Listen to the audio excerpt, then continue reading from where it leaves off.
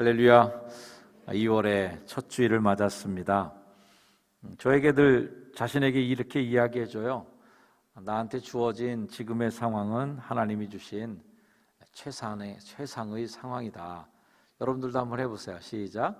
내게 주어진 지금의 상황은 하나님께 주어진 최상의 상황이다. 네.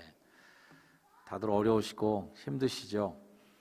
어쨌든 이 상황이 하나님께서 나한테 주신 최상의 상황이라는 믿음으로 그 속에서 감사를 끄집어내시고 그 속에서 활기를 끄집어내시고 그 속에서 기쁨을 캐내시는 여러분이 되기를 주의 이름으로 축원합니다. 오늘도 고린도전서 강해가 11번째예요. 오늘 8장 전체를 함께 나누겠습니다. 8장도 까다로운 주제를 다루고 있어요. 사도가 무엇을 선택하든 간에 양쪽에서 다 공격을 받을 수 있는 그런 주제를 다루고 있습니다. 자, 이 8장을 들어가기 전에 우리가 또한 8장의 좀 전이에 미리 알아야 될 배경을 알 것들이 있습니다. 당시 1세기의 그 도시 문화는 주로 신전 중심의 문화가 형성이 됩니다. 이 신전은 종교 중심뿐만 아니라 사상, 문화, 예술 여러 가지 문화를 다 거기에 아우르는 곳이었고요. 지난주에 우리 고린도서를 배우면서도 알게 된 것처럼 신전은 또 성적 타락의 진원지가 되기도 하는 역기능도 그 안에 있었습니다. 또 한 가지 기능이 있었던 것은 이 신전이 식당 기능도 하는 거예요. 레스토랑 기능을 하는 겁니다. 동네마다 지역마다 이제 사당, 신당들이 세워지는데 특히 이 사도가 살았던 그 로마 시대에는 황제나 황제의 가족들의 이름을 이렇게 높여주기 위해서 그 이름에 받쳐진 사당들이 계속 늘어가고 있었던 상황이었습니다. 자, 이 신전에 제물로 이제 동물을 바치게 되면 희생된 제물은 곧 제사를 드린 사람들의 식재료가 됩니다. 제사가 절정이 달하고 또 제사가 이제 마무리가 된 다음에는 가족들이나 또 신전에 와 있는 사람들 모두가 그 고기를 함께 나누는 것이죠. 저도 어렸을 때 기억해 보면 주일학교 예배, 꼬맹이 때죠. 교회학교 예배가 끝나면 안양 유원지 그 냇가길을 따라서 장난질하면서 계속 유원지 쪽으로 올라가다 보면 유원지 끝에 산막사라는 절이 있었어요. 절에 가면 꼭 먹을 게 있더라고요. 그래서 교회학교 예배 끝나고 가서 꼭 거기까지 걸어간 다음에 절에 가서 떡 얻어 먹고 그다음에 기억나는 게 동그란 거 사탕인데 먹으면 혓바닥 새빨개지는 거 있잖아요. 동그란 거. 그거 이제 얻어 먹었던 기억이 나요. 그러다가 언젠가 한번 어머니한테 들켰어요. 그래서 목사들이 절에 가서 밥 얻어 먹고 왔다고 엄청나게 야단 맞았던 그런 기억이 납니다. 절에 가면 먹을 게 있었어요. 왜 있냐면 거긴 제사드리니까 꼭 남는 음식들이 있고 그걸 이제 오는 사람들한테 막 주는 거예요. 자, 문제는 제사를 드리는 이들이 먹을 수 있는 양보다 훨씬 더 많은 양이 나오는 거죠. 소 한 마리를 제물로 바치면 그거 어떻게 다 먹겠어요? 남는 거예요. 그러니까 박 씨도 김 씨 일로 오세요. 그래서 다 같이 그냥 먹는 문화가 있는 거고요. 그래도 남는 제물은 처분하기 곤란한 것들은 신전의 관리인들이 시장에다가 내다가 이제 싸게 파는 겁니다. 성서학자들의 공통된 의견은 고린도시에서 판매되는 시장에서 판매되는 고기는 대부분 제물로 바쳐진 고기들이 흘러나온 거라는 것이 유력한 이론이에요. 이런 배경을 알고 있으면 그 당시 1세기의 기독교인들 대부분 다 이제 유대인들이 크리스찬이 된 사람들이 줄이었고 일부가 이제 그 헬라 문화권에 있었던 정말 이방인들이 와서 기독교인이 됐는데 유대인 출신 기독교인들이라면은 제단에 바쳐진 그 고기를 절대 안 먹겠죠. 그것만으로도 우상숭배에 내가 왠지 참여하는 듯한 느낌을 갖는 겁니다. 우리나라에서도 그 이슬람 출신 노동자들이 한국에 들어와서 자기들이 방식, 할랄 인증이라는 게 있잖아요. 이슬람 스타일의 우리나라 이제 돼지고기는 안 먹지만 닭고기를 주로 먹을 텐데 닭고기도 그냥 닭고기라서 먹는 게 아니에요. 정말 신심이 깊은 이슬람 교인들은 닭고기를 잡는 법도 닭고기 잡는 바보에 맞춰서 잡아야 되는 거예요. 피라든지 이런 것들에 대해서 정확한 규율대로 잡은 고기를 먹어야 속이 시원한데 그냥 시장에서 파는 닭고기 아무거나 먹기 싫으니까 자기들끼리 모여서 닭고기를 도축해 갖고서 그렇게 먹다가 한번 우리나라 정부에 걸린 적이 있었어요. 그래서 그게 이제 좀 사회적인 문제가 됐어요. 불법 도축이 된 거죠. 어쨌든 1세기 기독교인들도 그런 일에 있어서 꺼림칙한 게 있는 겁니다. 그들은 간접적으로라도 우상 숭배에 엮이고 싶지 않은 거예요. 자, 이런 생활의 배경들은 이교도들 틈바구니에서 살아가던 그 당시의 신생 기독교인들, 갓 태어난 교회의 교인들이 삶에서 부딪히는 문제가 된 겁니다. 자, 그런데 일부 교사들, 좀 아는 것 좀 많다라고 하는 일부 교사들은요, 그리스도인들이 뭐 시장에서 파는 고기는 물론이고 뭐 신전에서 막 고기 먹고 있을 때 가서 같이 먹는 게 무슨 대수냐 이거예요. 그건 무슨 문제겠냐 이렇게 또 얘기하는 지식인들이 있었다는 겁니다. 자, 이 말씀이 오늘 1절 말씀이에요. 우상의 제물에 대하여는 우리가 다 지식이 있는 줄을 아나. 알 건 다 아는 거죠. 거기에 대해서 할 말 다 있는 거예요. 우리가 가장 묶이기 쉬운 게 뭐냐면 나 알아 이겁니다. 나 알아 그거. 이 안다는 것 때문에 어떤 일에 대해서 타협도 없고 양보도 없어요.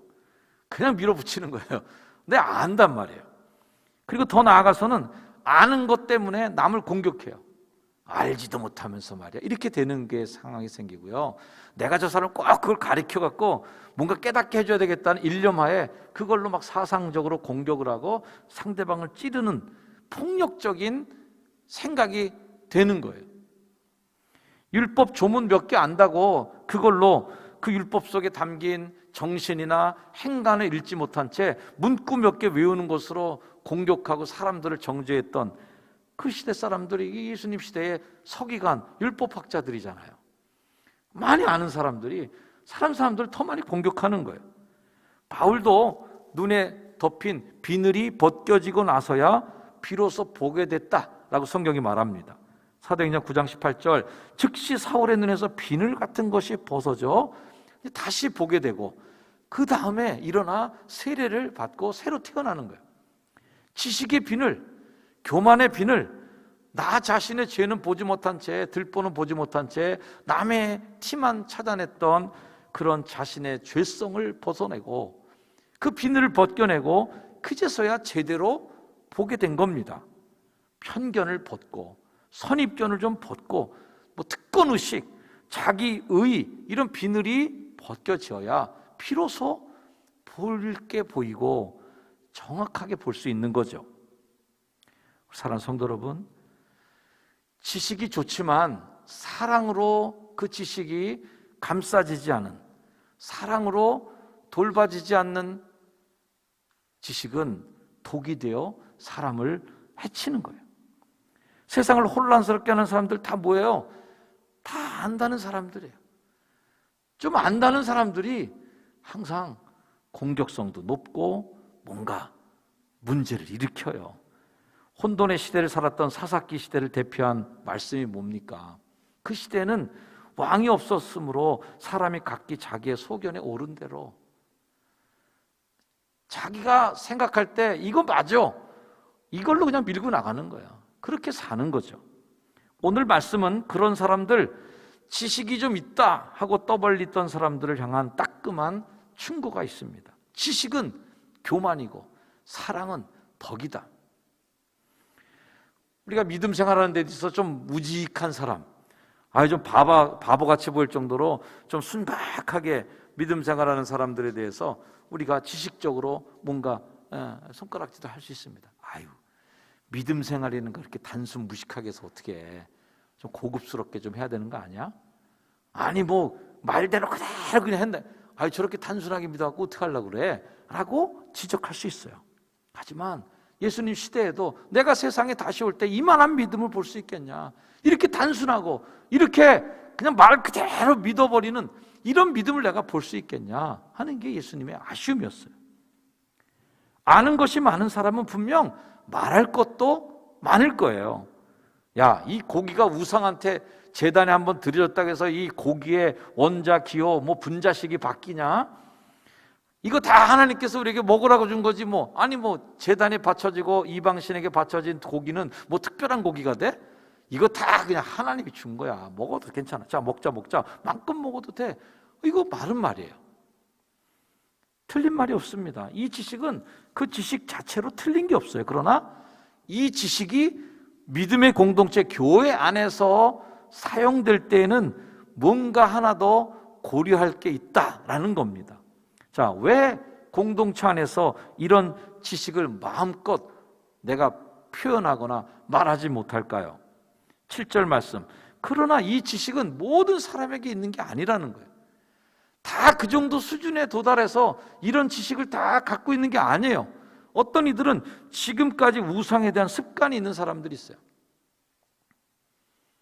교회 다니면서 어떤 사람들은 뭐 궁합도 볼 수도 있고 이런 거에 대해서 지식적으로 보면 그까지 믿은 미신 같은 거 그냥 이렇게. 근데 또 그 사람은 막 그 습관이 깊은 사람이 있어요. 어떤 분은 목사님도 손 없는 날 이사 가려는 분도 있다는 거예요. 농담으로. 우상에 대한 습관이 있어요. 예. 제가 그래서 음력 쓰지 말라고들 많이 얘기하는데 이거 습관이에요. 음력 쓸 일이 없어요. 어디 뭐 사주나 궁합이나 볼 때, 그다음에 이렇게 팔자 따질 때나 그때는 한번 써먹는 거지. 음력 생일 어디다 써먹어요? 근데 우리 다 음력 생일 다 카톡으로 생일 축하합니다 보내드리면 음력인데용 이렇게 딱. 음력 쓰는 분들이 그렇게 많은 거예요. 왜? 그냥 습관대로 가는 거예요. 그거 갖고 말이죠. 뭐 음력 왜 지키냐 그러고 그거 공격할 일이 아니에요. 그분 그냥 음력 생일 쓰는 거야. 집안 문화가 그래. 집안 대대로 그렇게 지켜온 건데 어떡하란 말이에요 도대체. 우상에 대한 습관이 있어서 우상의 재물을 그냥 먹는 거예요. 그들의 양심이 약하여지고 더러워지느니라. 고린도 교회 성도 중에는 아직도 우상의 존재를 그냥 인정하는 분들도 있을 거예요. 귀신 무서워하고 말이죠. 손 없는 날 이사 가야 돼요 이러고 겁내는 분들도 있는 거예요. 약한 양심의 소유자들도 있어요. 그래서 꺼리끼 하면서 우상의 재물을 먹다가 괜히 마음이 꺼림칙하고 이러면서 마음에 부담이 느껴지는 분들도 있는 거예요.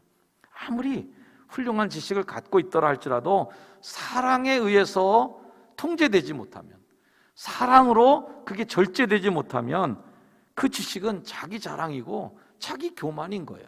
그래서 오늘 말씀 1절에 나온 것처럼 지식은 교만이고 사랑은 덕을 세운단 말이에요. 할렐루야. 이런 관점에서 오늘 성경에 나오는 단어인 지식이라는 단어를 본다면 9절 말씀에 나오는 자유라는 단어와 거의 동의어로 사용되고 있다는 걸 알게 될 거예요. 그런즉 너희의 자유가, 그런즉 너희의 지식이 믿음이 약한 자들에게 걸려 넘어지게 되는 것이 되지 않도록, 넘어지게 하는 것이 되지 않도록 어떻게 하라고요? 조심하라는 말이에요. 옆에 분에게 한번 얘기해 주세요. 조심해. 특별히 우리는 교회를 오래 다니고 지식이 쌓이고 교회 생활에 대한 상식이 높아지고 성경에 대해 아는 것이 많아질수록 이제는 가르치는 선생이 되기 쉬워요. 그러면서 거기 사랑이라고 하는 통제력을 잃게 되면 내가 아는 지식으로 다 정죄해. 저 사람은 저래서 안 돼, 이 사람은 저래서 안 돼, 너는 그거 틀린 거야, 너 이게 다 잘못된 거야. 그래서 다 이렇게 정죄하게 되면 사랑으로 쌓여진 지식이 되지 않으면 이 위험한 거예요. 공동체의 관점으로 보면 자유, 지식, 자 이것보다 더 중요한 게 뭐냐면 형제에 대한 배려, 형제에 대한 사랑이에요. 엘리자베스 2세 여왕의 핑거볼에 대한 유명한 일화가 있습니다. 이 핑거볼은 뭐냐면 아주 서양식 굉장히 멋진 정찬을 먹을 때 여기 그릇이 하나 물이 담겨있는 그릇인데 이거 핑거라는 게 손가락이잖아요. 그 볼은 이제 그릇인데 손가락을 이렇게 집어넣어서 씻고 나서 이제 음식 먹을 때 사전에 손 씻는 물을 담은 게 핑거볼인데 중국의 고위 관리와 엘리자베스 여왕이 가셔서 밥을 먹는데 중국 관리가 딱 보니까 물이 있으니까 이걸 마신 거예요. 핑거볼을, 손 씻는 물을. 그러면 지식은 뭐야? 어이, 손 씻는 물을 왜 먹어? 그건 손 씻는 거고 먹는 물은 이거야. 이렇게 지식으로 가르쳐 줘야 되는데 엘리자베스 여왕이 핑거볼 물을 자기도 마신 거예요. 아마 이 중국 고위 관리는 나중에 알았겠죠. 알면서 아이고 여왕도 몰랐구나, 쌤통이야 이렇게 했을까요? 아니죠. 더 존경하는. 그분에 대해서 더 존중하게 되는 거예요. 야, 알면서도 저분이 나 배려해서 그 손 닦는 물을 여왕이 먹었어. 굉장한 배려가 있는 거예요. 바른 정보, 바른 지식은 뭐예요? 가르쳐 주는 거야. 딱 찍어서 그거 물 먹지 마. 그 물 손 씻는 물이야. 이게 지식 정보를 가르쳐 주는 거지만 배려와 사랑은 뭐예요? 그걸 훈계하고 꼬집어 주는 게 아니라 오히려 내가 갖고 있던 지식, 내가 갖고 있던 상식을 내가 내려놓고 그 물을 함께 마셔주는 게 그게 사랑이고 배려단 말이죠. 사실 우상에게 바친 제물을 먹느냐 먹지 않느냐의 여부는 하나님한테는 그다지 중요한 일도 아닐 거예요. 다 내가 만든 건데 뭐, 그잖아요. 다 하나님 만든 건데 뭐, 먹어도 그만, 먹지 않아도 그만해. 바울도 알아요. 8절, 음식은 우리를 하나님 앞에 내세우지 못하나니. 음식 뭐 안 먹고 음식 뭐 절제하고 뭐 나는 이런 거 안 먹는 사람이야, 이걸로 하나님 앞에 자랑할 거 없단 말이에요. 이걸로 내세울 거 없단 말이에요. 우리가 먹지 않는다고 해서 더 못 사는 것도 아니고, 먹는다고 해서 더 잘 사는 것도 아니고. 이 말은 우리식으로 얘기하면 이거 뭐 물에 술 탄 듯 술에 물 탄 듯 이래도 좋고 저래도 좋고 다 맞는단 말이죠. 음식을 먹는 거, 음식을 먹지 않는 거, 이거 그냥 자유예요. 다 본질적으로 이것 때문에 지옥 가고 천국 가는 문제는 절대 아니에요. 우리가 볼 때는 그 비본질적인 음식의 문제인데, 자, 오늘 8장 말씀에서 중요한 단서 하나는 뭐냐면, 그렇게 아무것도 아닌데 그 일 때문에 형제가 실족하면 어떻게 하게 되냐, 이게 이제 핵심이죠. 그것은 공동체의 파괴를 가져올 수도 있는 위험한 해로운 일이 될 수도 있다는 거예요. 그래서 우리가 이 말씀의 경고를 진지하게 받아들여야 됩니다. 9절 말씀 한번 같이 읽어보세요. 시작. 그런즉 너희의 자유가 믿음이 약한 자들에게 걸려 넘어지지 않도록 조심하라. 지식이 있다고 자부하는 사람이 모든 것을 초탈한 것처럼 나는 다 자유해, 난 다 뭐 이런 거 갖고 연연할 필요 없어 하면서 우상의 신당에 앉아서 제사상에 올라와 있는 고기를 먹는 것을 초신자가, 믿음이 약한 사람이 그걸 봤다면 어떻게 되겠나라는 거예요. 10절, 지식 있는 네가 우상의 집에 앉아 먹는 것을 누구든지 보면 그 믿음이 약한 자들의 양심이 탐욕을 얻어 어휴 저분도 안 해, 좋아 막 가는 거야 이제, 이렇게 되면 어떡하겠냐 말이에요. 제가 교육 목사로 있던 시절에 그 교회 이제 남성교회 분들이 뭔가 이제 결단을 하고, 야 우리 남성교회가 새 가족들도 잘 받아들여서 잘 해야지, 이런 정신을 가지고 으쌰으쌰 하기 시작했어요. 으쌰으쌰 하면서 남성교회 초신자들, 새로 영입된 분들을 재밌게 해드리기 위해서 속회 모임이 끝나면 고스톱을 쳤어요. 고스톱을 치고 가끔씩은 또 한 잔씩들 하시고. 근데 문제는 새 가족을 배려한답시고 그렇게 했는데 그 새 가족이 그거에 대해 실족한 거예요. 자기는 이제 맘 잡고 도박도 끊고 술도 끊고 이제 교회 생활하면서 뭔가 좀 이제 정말 뭔가 해보려고 하는데 딱 와보니까 권사님들이 한잔 하시지, 한 판 치실 거야, 이렇게 되니까 이게 뭐야 교회가, 교회 와서 이게 뭐 하는 짓이냐 내가, 이러면서 교회를 안 나오는 거예요. 교회 문제 됐어요. 믿음이 약한 자들이 마음의 꺼리낌을 가지고 어이구 저분도 먹는데 나도 먹을까? 근데 이게 왠지 꺼림칙한데?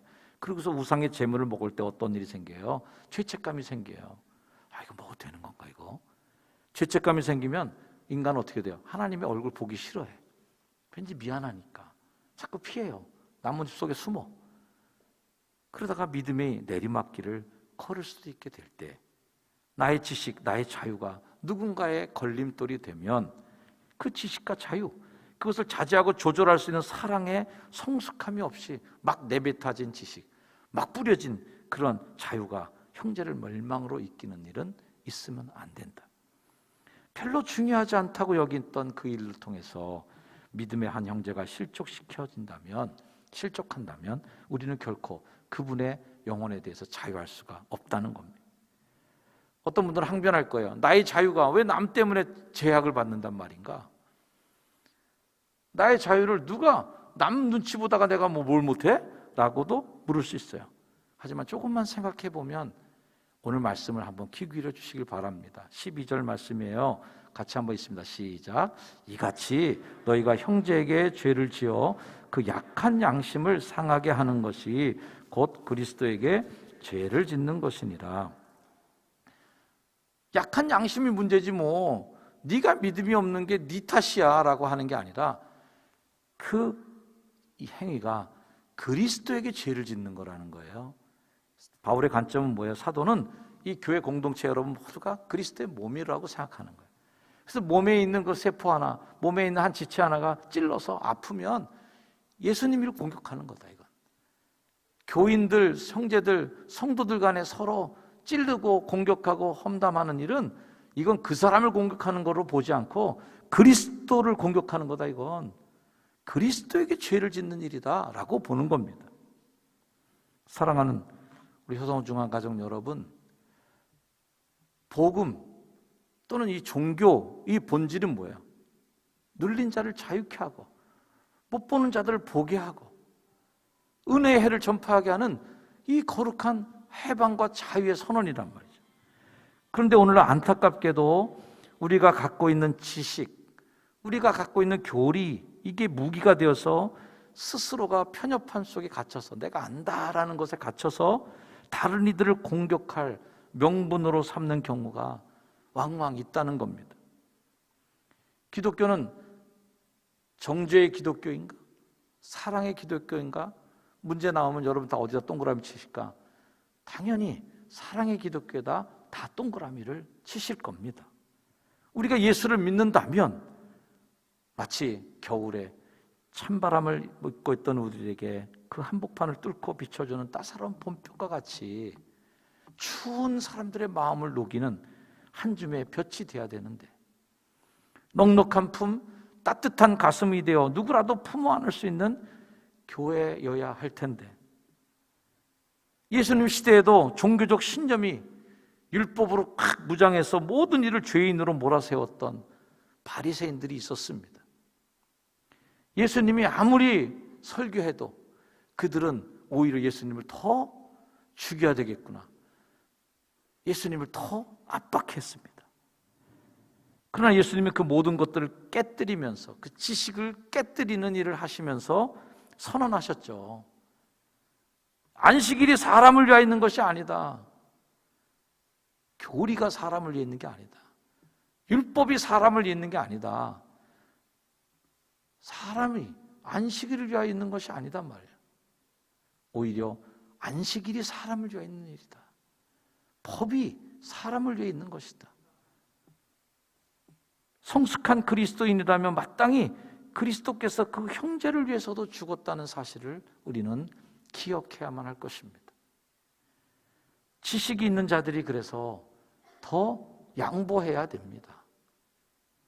강한 자들이 공동체 약한 자들에게 더 많이 양보하고 사랑해줘야 됩니다. 세상은 약육강식이라고 말합니다. 약한 것들은 잡아먹히는 거야. 강자들이 먹는 거야. 적자생존, 어차피 버티지 못하고 탈락되는 것들은 다 끝나는 거고 쇠퇴하는 거고 남는 자들이 승리하는 거야. 우리가 이기는 거야 라고 얘기합니다. 그것이 세상의 원칙이라고 하시더라도 교회는, 적어도 크리스찬 공동체는 다르게 생각해달라는 것입니다. 그것이 교회의 정신이고 예수 믿는 정신입니다. 바울은 그래서 이렇게 결론을 스스로에게 내려요. 13절 말씀 같이 있습니다. 시작. 그러므로 만일 음식이 내 형제를 실족하게 한다면 나는 영원히 고기를 먹지 아니하여 내 형제를 실족하지 않게 하리라. 고기 먹는 걸로 뭐 내가 뭐 그거 갖고 그렇게 하는 게 아니라, 그래, 그럼 내가 만약에 이 일로 누가 상처를 받는다면, 만약에 이 일로 누가 실족한다면 나는 고기 안 먹을 거야. 이렇게 선언하는 것입니다. 우리들의 지식이 사랑으로 덕이 쌓여져서 지식이 교만이 되지 않고 덕을 쌓아가는 훌륭한 믿음의 공동체를 세워나가는 훌륭한 성도들이 되시기를 주의 이름으로 축원합니다. 기도하겠습니다.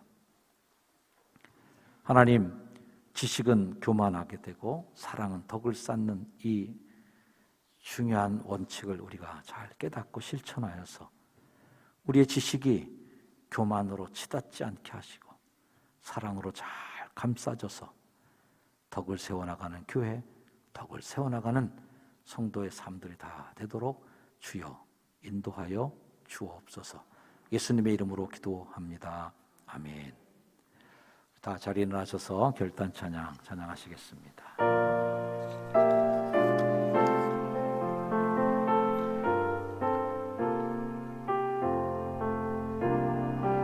주 믿는 남 위해 진실하고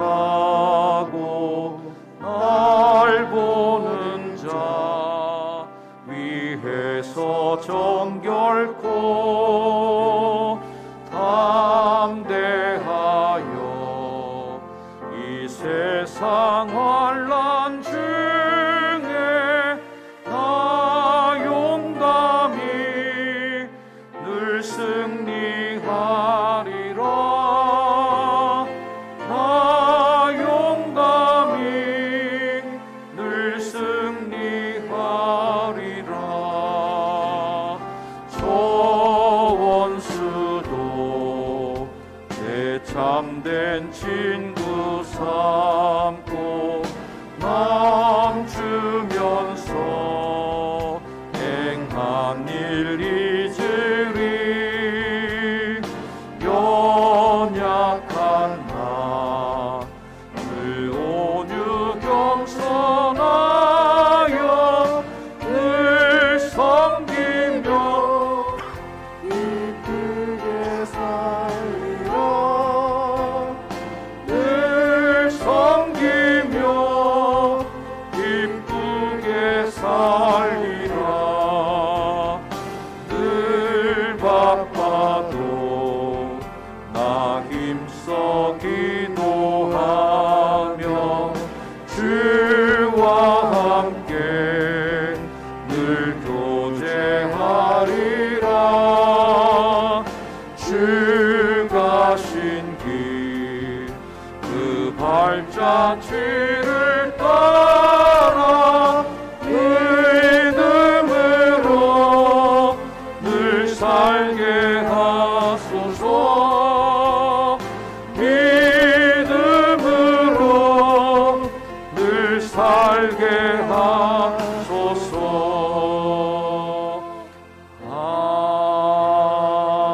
아멘.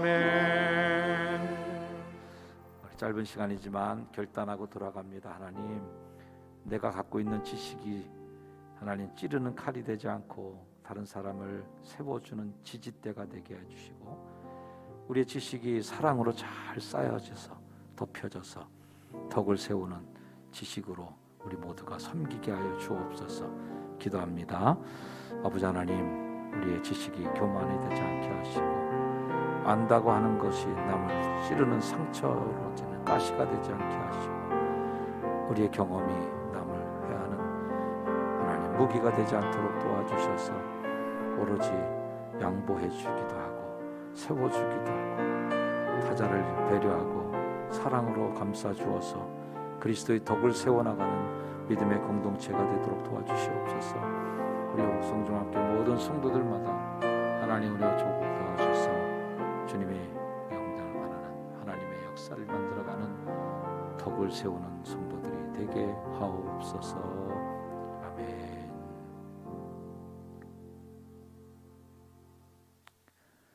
이 땅에 오셔서 가난한 자와 약한 자들, 눈 못 보는 이들, 묶인 자들을 위하여 기꺼이 자신의 몸을 내어드려 자유케 하신 우리 구주 예수 그리스도의 그 크신 은혜와 하늘의 복음을 땅에 펼쳐주시고 아들 독생자를 통하여 천국으로 가는 길을 활짝 열어주신 하나님 아버지의 극진하신 사랑하심과 우리를 통하여 역사하시고 우리를 사용하셔서 하나님의 나라를 만들어가는 귀한 도구로 쓰시는 성령님의 은혜의 역사가 설명절을 맞고 삶의 자리로 힘차게 나아가는 거룩한 주의 백성들 머리 위에 이제 영혼까지 늘 항상 함께하여 주시기를 간절히 축원하옵나이다. 아멘.